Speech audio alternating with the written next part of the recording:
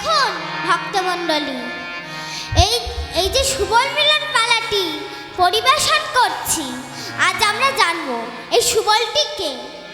একদিন লঙ্কার রাজা রাবণ বসে বসে ভাবছে, তাই তো শ্রী রামচন্দ্রের সঙ্গে যুদ্ধ করতে গিয়ে সমস্ত সৈন্য নিহত হয়েছে।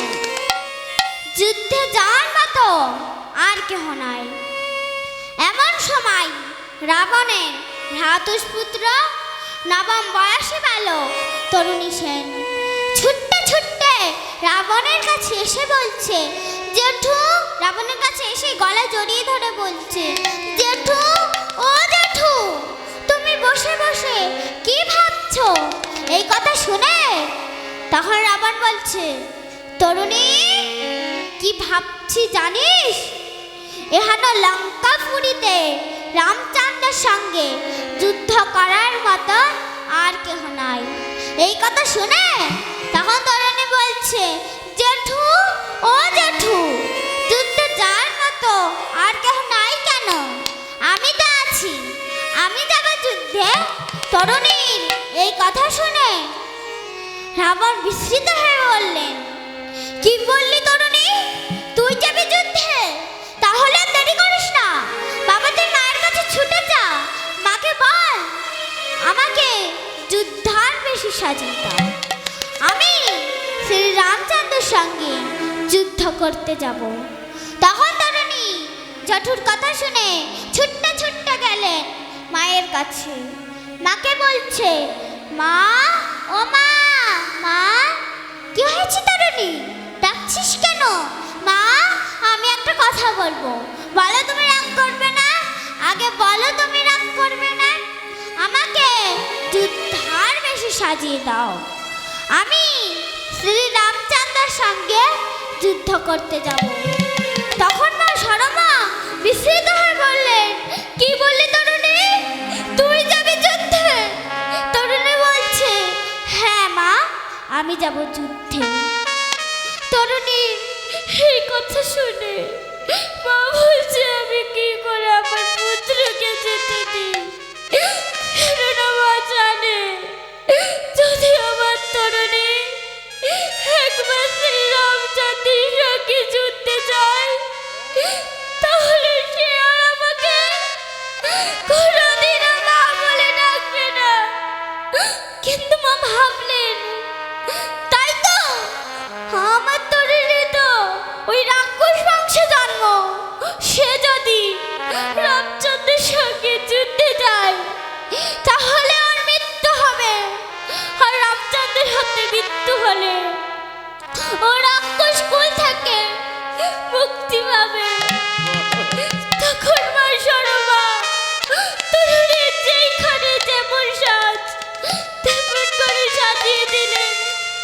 মা তরুণীকে সাজিয়ে দিলেন কেমন ভাবে না, মাথায় দিলেন চূড়া, ললাটে দিলেন নাস্তিলক, কানে দিলেন কুণ্ডল, নয়নে দিলেন কাজল, হাতে দিলেন তাগা ও পালা, কোমরে দিলেন কোমর বন্ধনী ও চরণে দিলেন নূপুর এবং কানে দিলেন ধনুর বাণ। বাবা তরুণী, এইবার তুই তোর বাবা তরুণী, এইবার তুই আয়না ধরে দেখ।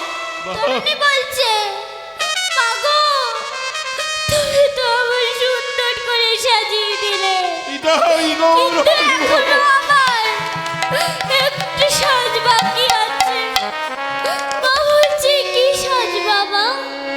আমার সর্বঙ্গে লিখে দাও মা মধুরা মোনা, আমার সর্বঙ্গে লিখে দাও মা মধুর রমনা। আমার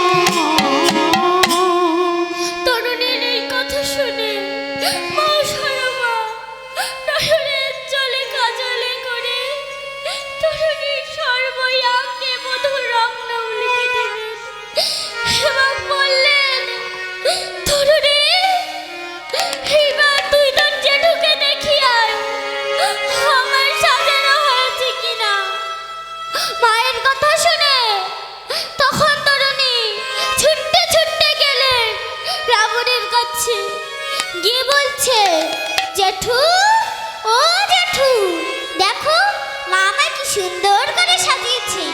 রাবণ দেখে অবাক দৃষ্টিতে তাকিয়ে রইলেন। ও মনে মনে ভাবলেন, আমি জানতাম এখানে লঙ্কাপুরীতে আমি একমাত্র রাম ভক্ত, কিন্তু এখন জানলাম রাম ভক্তরা দুইজনে আছে, এক তরুণী ও তরুণীর মা সারমা। তখন রাবণ তরুণীকে বলছে, তরুণী, তোর মায়ের চরণ ধুলি আমায় একটু এনে দিতে পারিস? আমার তাবিদা জীবন ধন্য করে। এই কথা বলে রাবণ তরুণীকে আরো বললেন, শোন বাবা, তুই তোর মায়ের কাছ থেকে সেজেছিস, কিন্তু মায়ের আশীর্বাদ নিয়েছিস? তরুণী বলছে, জেঠু, ও জেঠু, আমার তো মা সাজিয়ে দিল, কিন্তু আশীর্বাদ দিল না। তখন রাবণ বলছে, যা বাবা, মায়ের কাছ থেকে আশীর্বাদ দিয়ে আয়। তখন তরুণী জেঠুর কথা শুনে ছুটতে ছুটতে গেলেন মায়ের কাছে। মাকে বলছে, মা, ও মা, মা, কি হয়েছে তরুণী? আবার ডাকছিস কেন? মা, তুমি তো আমায় আশীর্বাদ করলে না। তখন মা সরমা বলছে, তরুণী, তরুণী, আমার আশীর্বাদ সব সময় তোর মাথায় আছে বাবা। তরুণী বলছে,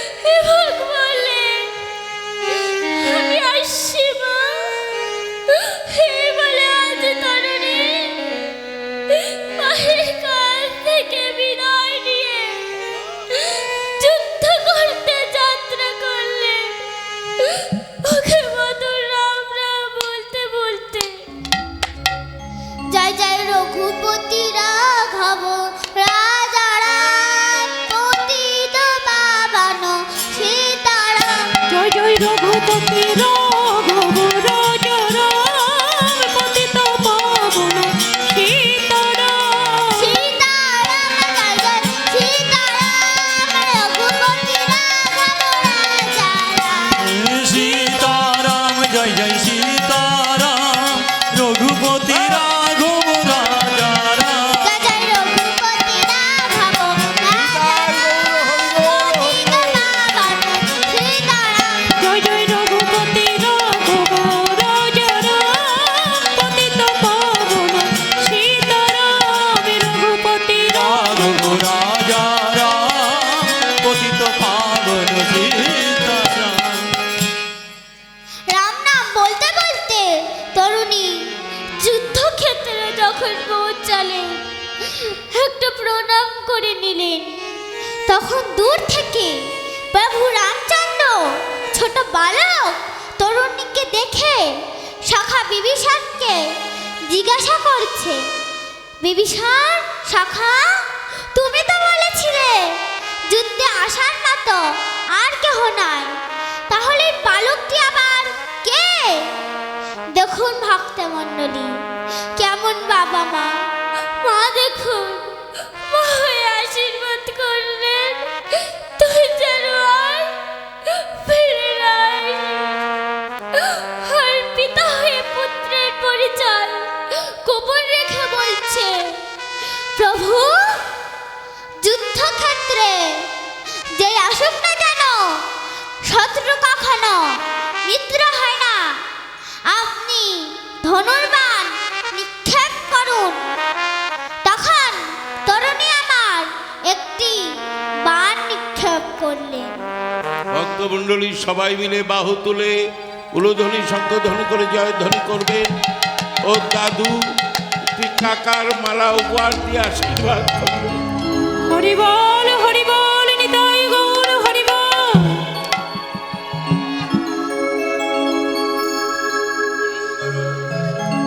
প্রণাম করো দাদুকে, প্রণাম করো।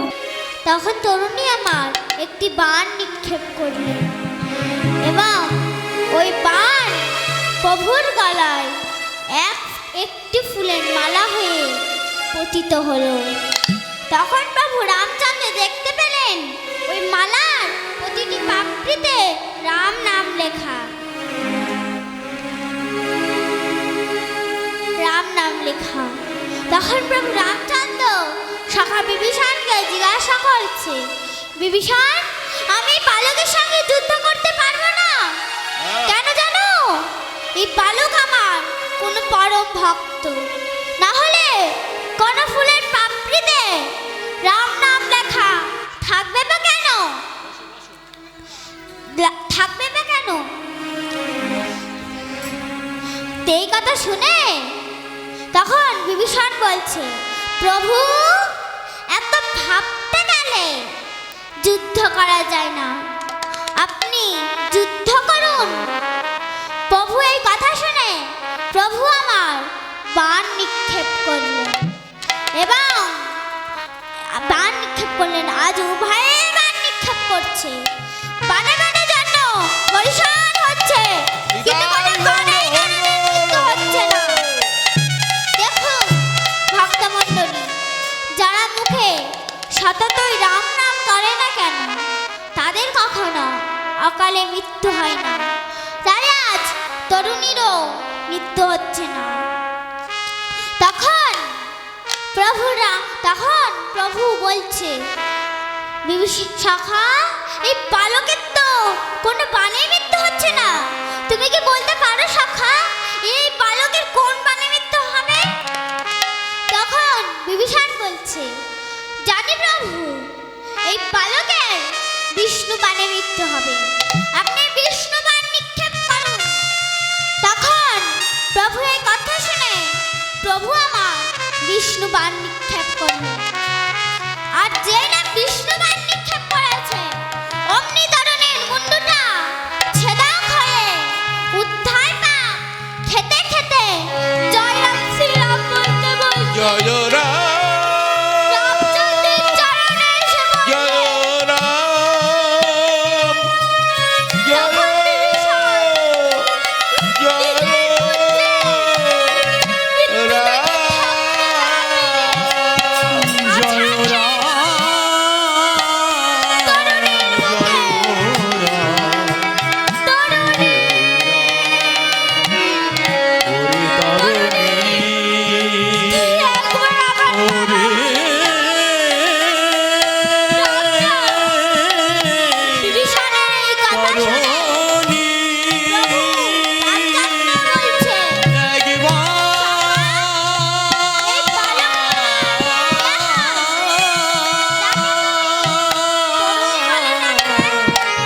শুধু একবার এই শেষের দিনে